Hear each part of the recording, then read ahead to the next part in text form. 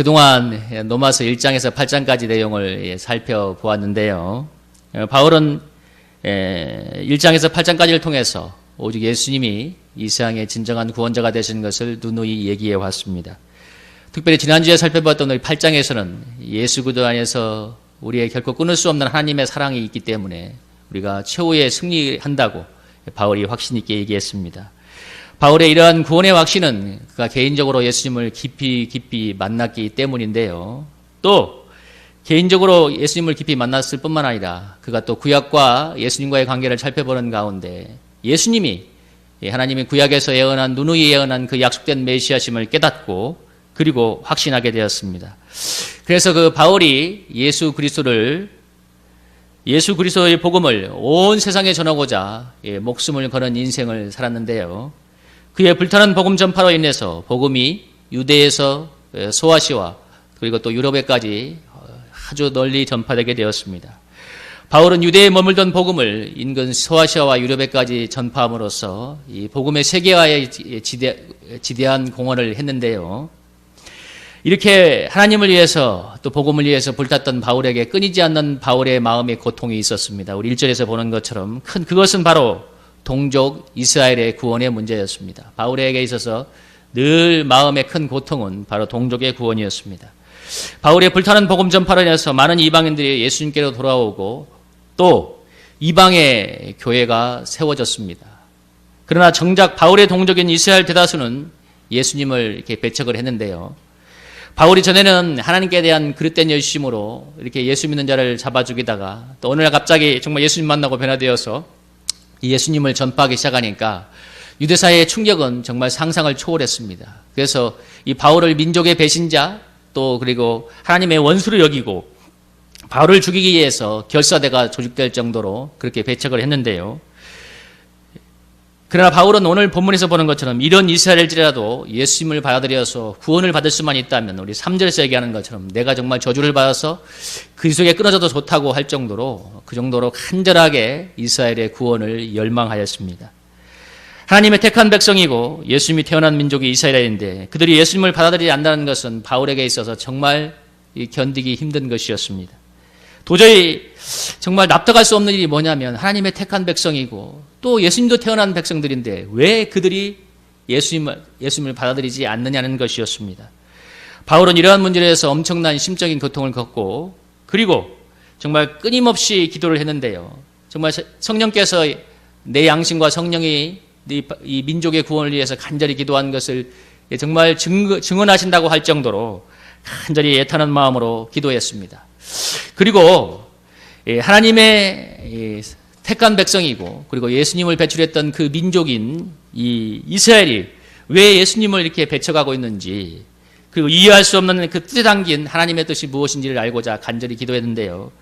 그래서 깨달은 바가 9장 1절부터 9장에서부터 11장까지 전개되고 있습니다. 그래서 깨달은 바를 전개하고 있는데 그것은 한마디로 얘기하면 이스라엘이나 이방 사람이나 이스라엘 사람이나 이방인이나 하나님의 택하신 사람만이 구원을 받는다는 것이었습니다. 그래서 바울이 정말 왜 이스라엘 백성이 하나님께 돌아오자 예수님께 돌아오지 않는가를 고민하다가 내린 결론이 뭐냐면 택한 백성만이 구원을 받는다는 것이었습니다. 바울은 이스라엘의 예를 들어서 하나님의 이 세상 속에서 어떻게 구원의 역사를 이루고 있는가를 9장에서 11장까지 이 이스라엘이라는 예를 들어서 설명하고 있는데요. 바울은 그것이 하나님의 선택한 사람만이 구원을 받는다는 것이 이제 바울이 얘기하고 있는 것인데 하나님의 구원의 논리입니다. 정말 하나님이 선택한 사람만이 구원을 받는다. 여러분 누가 구원을 받는다고요? 하나님이 선택한 사람이 구원을 받는다는 것이 이 9장에서부터 11장까지 이스라엘이라는 예를 들어 통해서 설명을 하고 있습니다. 특별히 오늘 9장 1절에서 13절까지에서는 아브라함의 직계 후손이었던 이스라엘의 믿음의 조상 아브라함의 직계에서 보셨던 이삭과 야곱과 에서의 예를 들어서 설명을 하고 있는데요. 우리 같이 한번 6절부터 6절까지 우리 내용을 같이 한번 읽어보겠습니다. 시작. 그들은 이스라엘 사람이다. 그들에게는 양자됨과 영광과 언약과 율법을 세우신 것과 예배와 약속들이 있고 주장들도 그들의 것이요 육신으로 하면 그리스도가 그들에게 나셨으니 그런 만물 위에 계셔서 세상에 찬양을 받으신 하나님이라. 아멘. 그러나 하나님의 말씀이 폐하여진 것 같지 않도다. 이스라엘에서 난 그들이 다 이스라엘이 아니요 또한 아브라함의 씨가 다 그의 자녀가 아니라 오직 이삭으로부터 난 자라야 내 씨라 불리리라 하셨으니 곧 육신의 자녀가 하나님의 자녀가 아니요 오직 약속의 자녀가 씨로 여기심을 받느니라. 우리 구절 한번 읽어볼까요? 시작. 약속의 말씀은 이것이니 명년이 때에 내가 이르리니 사라에게 아들이 있으리라 하심이라. 아멘. 우리 창세기 12장을 읽어보면 하나님께서 아브라함에게 이렇게 약속하죠. 네가 창세기 12장 읽어보면 네가 내 약속을 믿고 본토 직접 아비 집을 떠나서 이곳으로 오면 내가 큰 민족을 이루어 줄 거라고 이렇게 말씀을 하셨는데요. 아브라함이 그 약속을 믿고 이제 본토 직접 아비 집을 떠나서 이제 가나안 땅에 들어와서 믿음의 삶을 시작했습니다.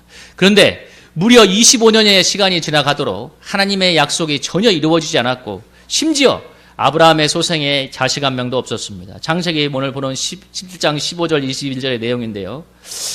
하나님께서 아브라함에게 아들을 주겠다고 하니까 아브라함이 완전히 마음이 절망이 들어가서 나이가 99세 때 얘기입니다. 뭐라고 했냐면 나는 이제 모든 소망을 포기했습니다. 그래서 이스마엘이나 잘 보고 살겠습니다. 이스마엘이 누구냐면 이 사라하고 사이에서 자식이 없으니까 첩을 들여서 낳았던 하가를 들여서 낳았던 첩의 소생입니다. 그러니까 하나님께서 뭐라고 하냐면 내가 네 아내와 언약을 세워서 네 아내 사라에게서 난 아들만 나의 약속의 후손으로 삼을 것이다. 그래서 그에게 그러면서 21장 보면 내 언약은 내가 내년 이 시기에 사라가 내 아들 이삭과 세우리라. 하나님께서 뭐라고 했냐면 너의 육신의 후손은 여러 명이 있지만 그러나 내가 약속 하나님의 믿음의 축복을 이어줄 사람은 이삭밖에 없다. 그리고 이삭이 아직 태어나기도 전에 그러니까 아브라함이 100세 때 사라가 90세 때 하나님께서 그렇게 약속을 하셨습니다. 그리고 창세기에 보면 21장에 보면 하나님께서 약속하신 대로 사라를 돌보셨고 그 때가 되니까 100살 때 이 약속의 아들 이삭을 낳게 되었습니다. 그래서 이때가 사라가 90살이었는데요. 여자로서 더 이상 이제 잉태할 수 없는 그런 시기에 하나님께서 하나님의 약속을 이루기 위해서 그러니까 사라의 몸에서 날 이삭을 통해서만 약속을 잇겠다는 그 하나님의 약속을 이루기 위해서 90세에 된 여인의 불임이 된 여인의 태를 열어서 90세 된 여인을 통해서 이삭을 낳게 하셨습니다. 그래서 이제 100세 때 아브라함이 100세, 사라가 90세 때 초자연적인 하나님의 기적에 의해서 그렇게 이제 아기가 태어나게 되는데요. 그게 바로 이삭입니다. 오늘 하나님께서 말씀하시는 건 뭐냐면 이 이삭을 통해서만 이스마엘이 아니라 이삭을 통해서만 내가 약속의 자녀 하나님의 언약의 축복을 잇는 자녀로 삼을 거라고 얘기했는데요. 아브라함은 이 예를 통해서 이스라엘에 그들이 다 이스라엘이 아니라 오직 하나님의 택한 자만이 하나님의 참된 이스라엘 곧 구원이 백성이 된다는 사실을 설명하고 있습니다. 아브라함에게서 이스마엘도 낳았고 이삭도 낳았지만 하나님이 하나님의 약속의 자녀였던 이삭만 택하심으로써 하나님의 선택한 사람만이 하나님의 백성이 된다는 걸 얘기하고 있는데요. 그러한 두 번째 예로 오늘 야곱과 에서를 들고 있습니다. 여러분 한번 질문해 볼게요. 여러분 야곱과 에서가 누군가요? 야곱과 에서가 누구의 아들이죠? 이삭이야. 여러분 모르시는 거예요 정말? 내가 나를 너무 실망시키는데 그러면 야곱과 에서는 이삭의 아들이죠. 여러분 그러면 이삭의 아버지는 누굽니까? 이삭의 아버지는 아브라함이죠.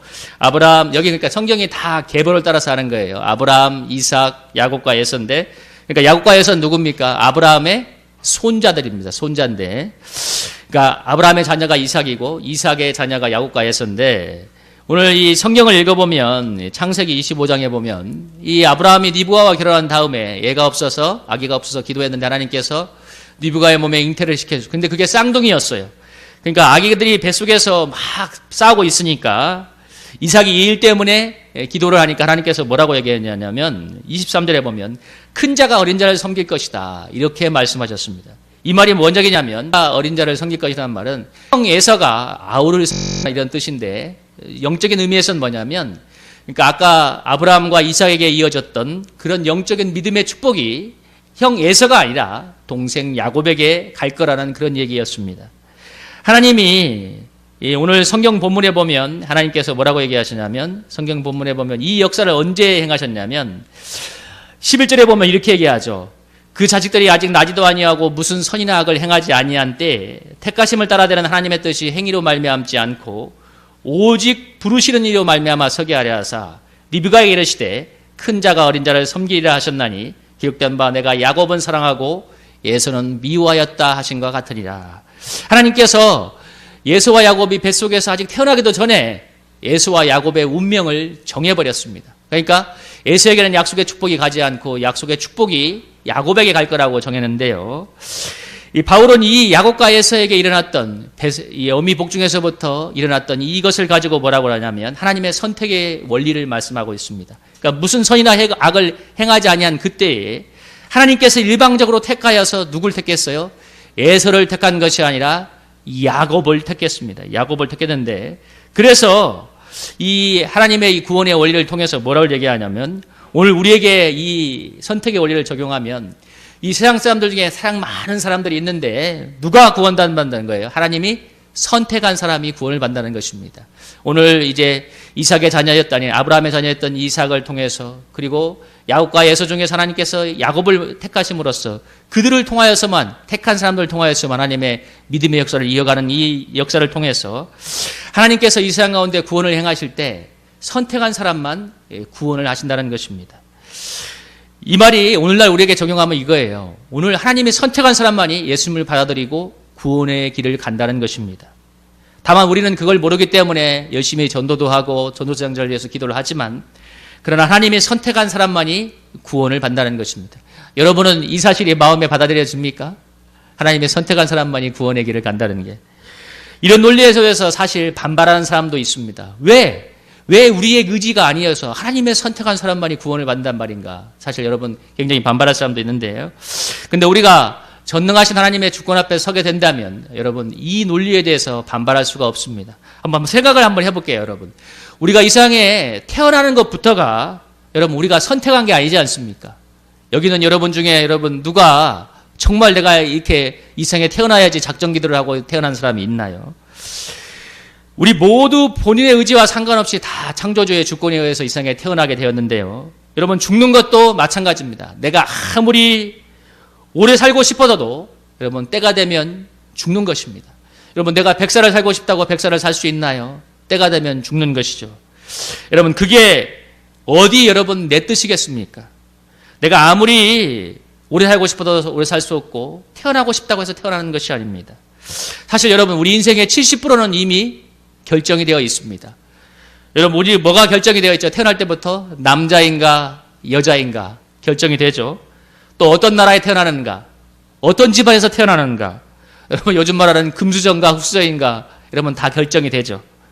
타고난 재능도 결정이 되고 여러분 타고난 재능도 결정이 되고 그리고 어떤 시대에 태어나는가도 결정이 됩니다. 내가 과거에 태어나고 싶다고 해서 과거에 태어나는 것도 아니고 내가 언제 태어나고 싶다고 해서 태어나는 것이 아니라 하나님이 정한 시간에 태어나는 것입니다. 사실 우리는 태어날 때부터 내가 남자일지 여자일지 어떤 나라에서 태어날지 어떤 집안에서 태어날지 어떤 성격과 재능을 가지고 태어날지 아무도 결정하지 않고 여러분 주어진 것을 받아들이는 것입니다. 하나님이 그날 태어나라고 정하시니까 여러분 그날 태어나는 것입니다. 저는 2015년 가을까지만 해도 여기 서울 송파에 성일교회가 있는가도 몰랐습니다. 그런데 하나님이 택하여서 인도하니까 지금 이곳에 와서 목회를 하고 있는데요. 여러분 반대로 여러분도 2015년 가을까지만 해도 저런 사람이 있는가도 몰랐습니다. 그런데 누가 계획한 것이 아니라 하나님이 택하여 부르니까 지금 이 시간 함께 이 자리에서 하나님을 예배하고 있는데요. 여러분 지금 내가 이 자리에서 와서 예배를 드리는 그 사실이 하나님의 주권이라는 사실을 기억하시길 바랍니다. 여러분 내가 수많은 이유가 있어서 이 자리에 와 있겠지만 하나님을 예배하고 있는 것은 누가 뭐라고 해도 여러분 하나님의 주권입니다. 하나님께서 부른 사람만이 여기에 올 수 있습니다. 인생의 마지막엔 모두가 그렇게 고백하게 되겠지만 사실 우리가 하나님 주님의 자녀가 되는 것은 모두 하나님의 주권의 역사입니다. 제가 저의 대학 오리엔테이션 날 저를 전도했던 분을 그날 하루에 3번을 만났는데요. 이런저런 계기로 3번을 만났습니다. 그러니까 저를 전도했던 대학 선배가 3번째 만나는가 무슨 감이 왔는지 저를 그때 식당에 데리고 가서 빵을 사주면서 전도를 했는데요. 예, 그렇게 해서 그분과 저를 전도했던 분과 관계를 맺고 그분의 헌신적인 전도를 통해서 제가 예수님을 만나게 되었습니다. 여러분, 그날 저를 전도했던 대학 선배가 하루 세 번에 걸쳐서 여러분 저를 만나는 것이 우연일까요? 하나님이 구원의 때가 되니까 구원의 역사를 이루기 위해서 그렇게 만나게 하신 것입니다. 그러니까 그분이 세 번째 날을 만나니까 그날 뭔가 하나님의 인도하심이 있는 것 같다. 그분도 생각하고 저를 데려가서 전도를 했는데, 여러분 제가 나중에 안 사이지만 제가 이게 당대 대학생 때 아무 우리 집안에 믿는 사람들도 없는데도 불구하고 내가 뜨겁게 은혜를 받고 예수님을 만나게 된 이유를 알게 되었습니다. 제가 한번 간증했던 적이 있는데, 제가 살던 시골 마을에 저와 친했던 분이 있는데, 그분이 어릴 때부터 부모님을 잃고 그리고 정말 고아처럼 모슴처럼 살아왔는데요. 그분이 20대 초반에 그 동네에 있는 자그마한 시작된 교회에 나가서 예수님을 만나고 뜨겁게 신앙생활을 할 때였는데, 저희 어머니가 그분의 생일날, 아무도 기억하지 않는 그와 같은 그분의 생일날 미역국을 끓여주고 부침개를 해줬는데, 그 생일상을 받아먹고 이 청년분이 정말 집에 가서 통곡을 했다고 합니다. 나중에야 저한테 얘기를 했는데, 세상에 어느 누구도 자신의 생일을 기억하지 못하고 있는데, 그리고 고아처럼 살아왔는데 자신의 생일을 기억한다는 사실에 너무 감동을 해서 눈물을 흘리고 통곡을 했는데, 그리고 나서 그때부터 우리 집안의 구원을 위해서 간절하게 기도를 했다고 하네요. 여러분, 정말 간절하게 뜨겁게 기도를 해서 그 기도가 쌓이고 쌓여서 때가 되어서 제가 대학생이 되었을 때 하나님이 헌신적인 전도를 보내주셔서 제가 예수님을 만나도록 인도해 주었습니다. 그리고 제가 목회자가 되어서 우리 집안의 구원을 위해 기도하다 보니까, 그러다 보니까 저희 어머니도 동네에 있는 작은 교회에 나가고 계신데요. 여러분, 우리 집안의 구원의 역사는 사실 수십 년 전에 작은 고향에서 한 고아 같은 불쌍한 청년에게 저희 어머니가 생일상을 차려주는 것부터 시작이 되었습니다. 여러분, 저희 어머니가 과연 그 청년에게 생일상을 차려줄 때 여러분 어떤 생각을 했을까요? 여러분, 오늘의 결과를 예상하고 한 것은 절대 아니었겠죠. 평소 나눠주고 베풀어주는 것을 좋아하던 그 어머니께서 한 불쌍하고 외로운 청년에게 자그마한 선행을 했던 것이 바로 여러분 저의 구원으로 이어졌던 것입니다. 우리 어머니가 베푸는 것을 좋아하는데, 그러나 여러분 한번 생각해 보세요. 그날에 생일을 기억하지 못하거나 아니면 사는 게 바빠서 그냥 지나실 수도 있었겠죠. 근데 중요한 것은 그때 어머니에게 청년을 불쌍히 여기는 마음이 들어서 그분에게 생일상을 차려주는 자그마한 선행을 했는데, 여러분 돌아본다면 그것이 바로 저를 구원하기 위한, 우리 집안을 구원하기 위한 하나님의 섭리적인 사건이 아니고 무엇이겠습니까? 그래서 여러분, 우리는 크든 작든 간에 하나님의 역사가 어떻게 일어날지 모르기 때문에 여러분 무엇보다도 여러분이 모든 삶의 자리에서 크든 작든 여러분 사랑하고 베푸는 인생을 살아야 됩니다. 이해하고 배려하고 섬기는 인생을 살아야 되는데요. 제가 며칠 전에 여기 교회에 있다가 이 자그마한 배려가 얼마나 중요한가를 한번 체험을 했는데, 우리 상가 1층에 바로 교회 밑에 송파 힐링 센터라고 새로 상가가 오픈을 했습니다. 근데 그 가게가 오픈한다고 그 홍보 현수막을 갖다가 이제 걸었는데, 그게 저 교회 사무실에 있는 저 사무실 창문에 세로로 이렇게 지나가고 있어요. 아마 보신 분도 있을 건데. 근데 처음에 저는 그냥 이제 며칠 하면 놔두겠지 생각을 했는데, 아침 저녁으로 문을 열면 통풍도 안 되고 너무 답답하고 그래서 이 현수막에 보니까 오픈 날짜가 17일로 돼 있더라고요. 그러니까 지난주 월요일이었죠.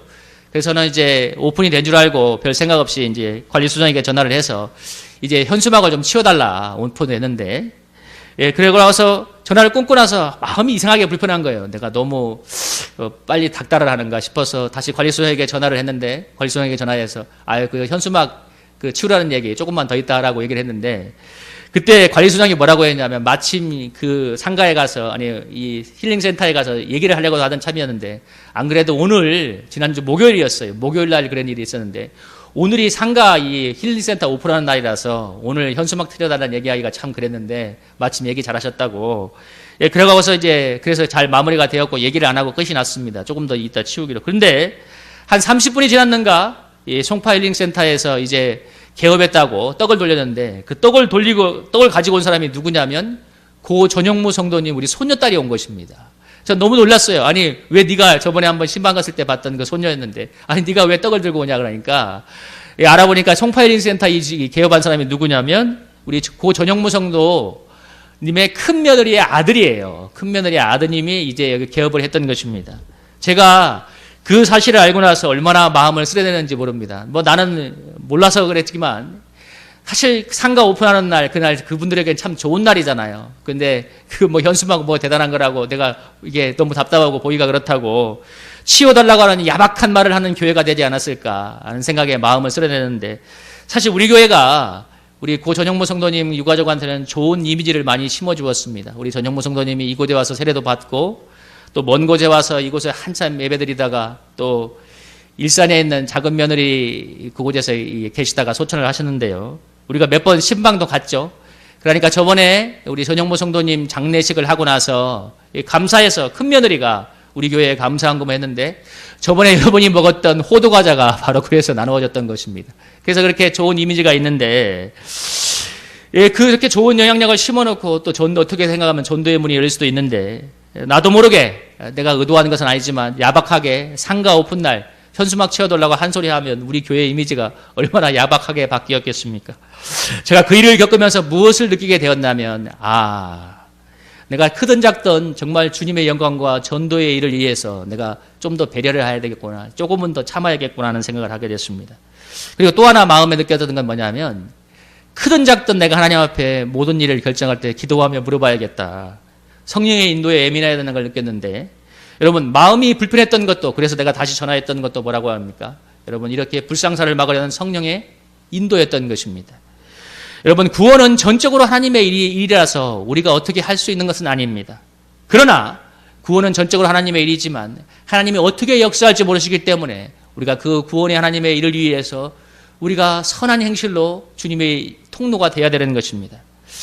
구원은 구원하신 하나님의 부르심으로 일어나는데, 여러분 내가 이 자리에 와 있는 것은 내 속에 어떤 선한 것이 있어서가 아니라 세상 사람들과 다 똑같은 죄인이지만, 그러나 하나님께서 우리가 이 자리에 와서 주님을 예배하고 있는 것은 하나님의 여러분, 저와 여러분을 선택하기 때문인 줄로 믿습니다.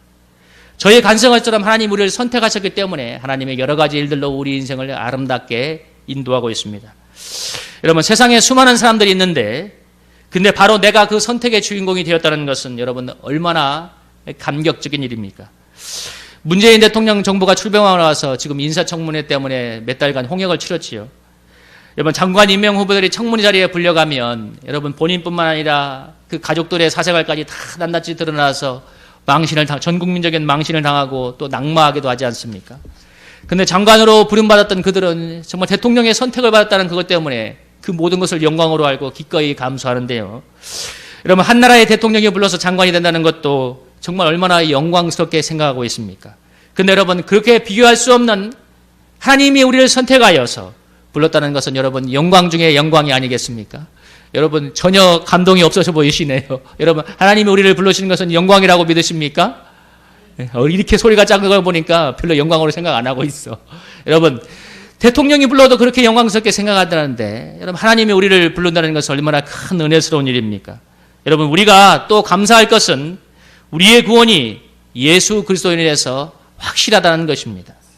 우리 스스로 행위로 본다면 저나 여러분이나 사실 무슨 하나님이 구원할 만한 선한 것이 있겠습니까? 그러나 무엇도 끊을 수 없는 그리스도 예수와 있는 하나님의 사랑 안에서 우리를 하나님의 자녀 삼으셨기 때문에 하나님께서 우리를 앞에서 끌고 뒤에서 밀면서 이 미리 구원의 길을 가게 하고 있는 것입니다. 지금 여러분 하나님 보좌 앞에서 하나님께서 말할 수 없는 탄식으로 우리를 위해서 간절하게 기도해 주고 있습니다. 그리고 그 주님의 말할 수 없는 탄식의 기도가 저와 여러분을 천국으로 인도해 갈 줄로 믿습니다. 우리가 하나님의 아들의 그런 사랑과 중보 기도를 받는 가장 큰 이유가 무엇이겠어요? 바로 하나님이 우리를 택하여서 자녀 삼으셨기 때문에 그렇습니다. 내가 우리 사랑하는 자녀에게 무조건적인 헌신과 사랑을 베풀지 않습니까? 마찬가지로 하나님께서 그리스도의 사랑 안에서 우리를 자녀 삼으셨기 때문에 나의 수많은 허물과 죄악이 있음에도 불구하고 우리를 무조건적으로 여러분 사랑해 주시는 것입니다. 저는 이 말씀을 준비하면서 참 그것이 은혜가 되었습니다. 근데 하나님이 택하지 않은 사람은 이런 사랑을 알 수도 없는데요. 관심도 없습니다. 우리 성도님들 한번 밖에 나가서 한번 오늘 제가 여러분한테 숙제 하나 드릴 테니까 이따가 이 전도지하고 몇 개씩 드릴 테니까 비 오는 날이라도 한번 가면서 한번 전해줘 보세요.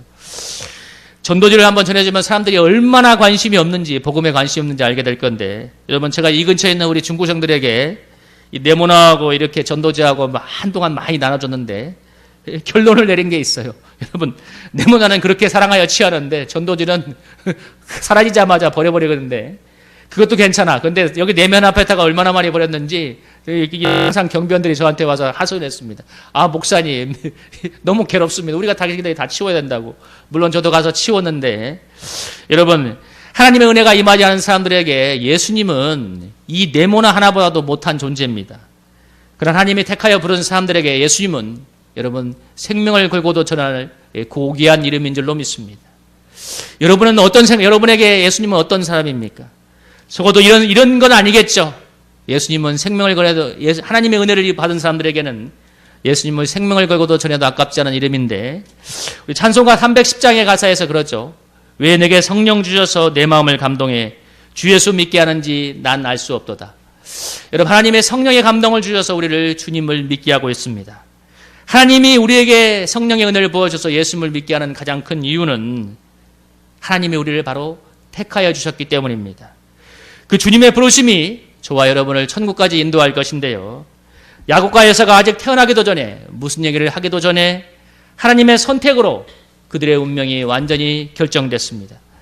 우리도 마찬가지인데요. 우리가 어떤 행위를 해서가 아니라 하나님이 만세전부터 우리를 택하시고 일방적으로 택하셨기 때문에 우리가 세상 사람들 중에서 부름을 받아 구원의 길을 가고 있는 것입니다.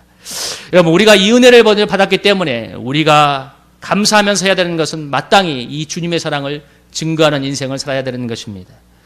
제가 아까 앞에서 자그마한 송파일린 센터 오픈하는 날 있었던 일을 제가 말씀드렸는데요. 우리가 주님의 사랑을 증거하는 것은 아주 어려운 것이 아닙니다. 우리 삶에서 조금 더 베풀고 조금 더 이해하는 것입니다.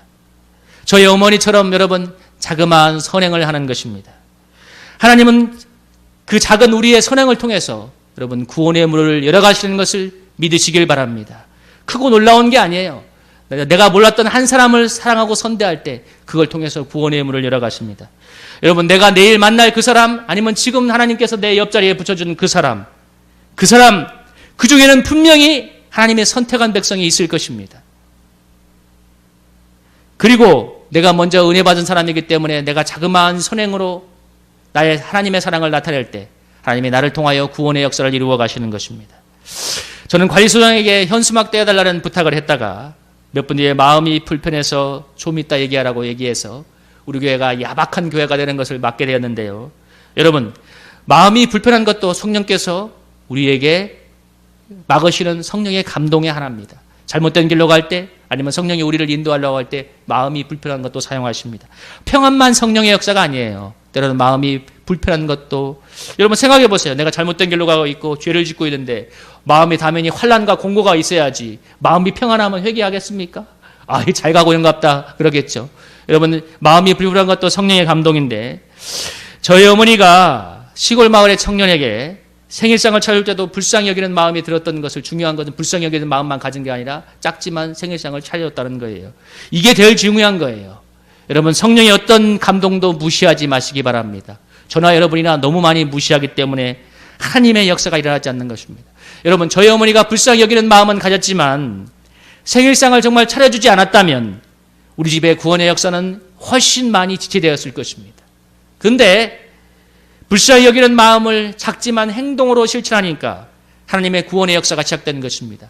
그때 어머니는 믿지도 않았고, 여러분 그렇지만 중요한 건 불쌍히 여기는 보편적인 인간의 사랑으로 자그마한 사랑을 실천하니까 구원의 역사가 시작됐잖아요. 여러분, 하나님의 구원의 역사가 어떻게 일어날지 아무도 모르고, 그리고 우리 성일교회가 어떻게 일어날지 아무도 모릅니다. 그건 어떻게 일어날지 우리는 몰라요. 하나님만이 그걸 아시는데, 근데 중요한 건 우리가 하나님께 쓰임 받느냐는 것입니다. 여러분, 하나님이 여러분에게 놓고 할 때 여러분 감동을 무시하지 마시기 바랍니다. 그리고 여러분 그 감동을 행함으로 실천하시기 바랍니다. 우리의 자그마한 순종과 작은 선행을 통해서 여러분 하나님은 아름다운 구원의 역사를 저와 여러분을 통해 이루어 갈 줄로 믿습니다. 여러분, 이 시간 잠깐 한번 간절하게 기도하기 원하는데요. 오늘 말씀을 통해서 두 가지 기도하면 좋겠습니다. 내가 세상 많은 사람 중에서 택함받은 하나님의 자녀인데 그 사실이 정말 내 마음에 감동이 되게 하시고, 그 은혜 때문에 내가 삶의 자리에서 자그마한 사랑을 실천하는 주님의 백성 되게 하옵소서. 우리 한번 주여 일창하고 한번 간절하게 기도하겠습니다.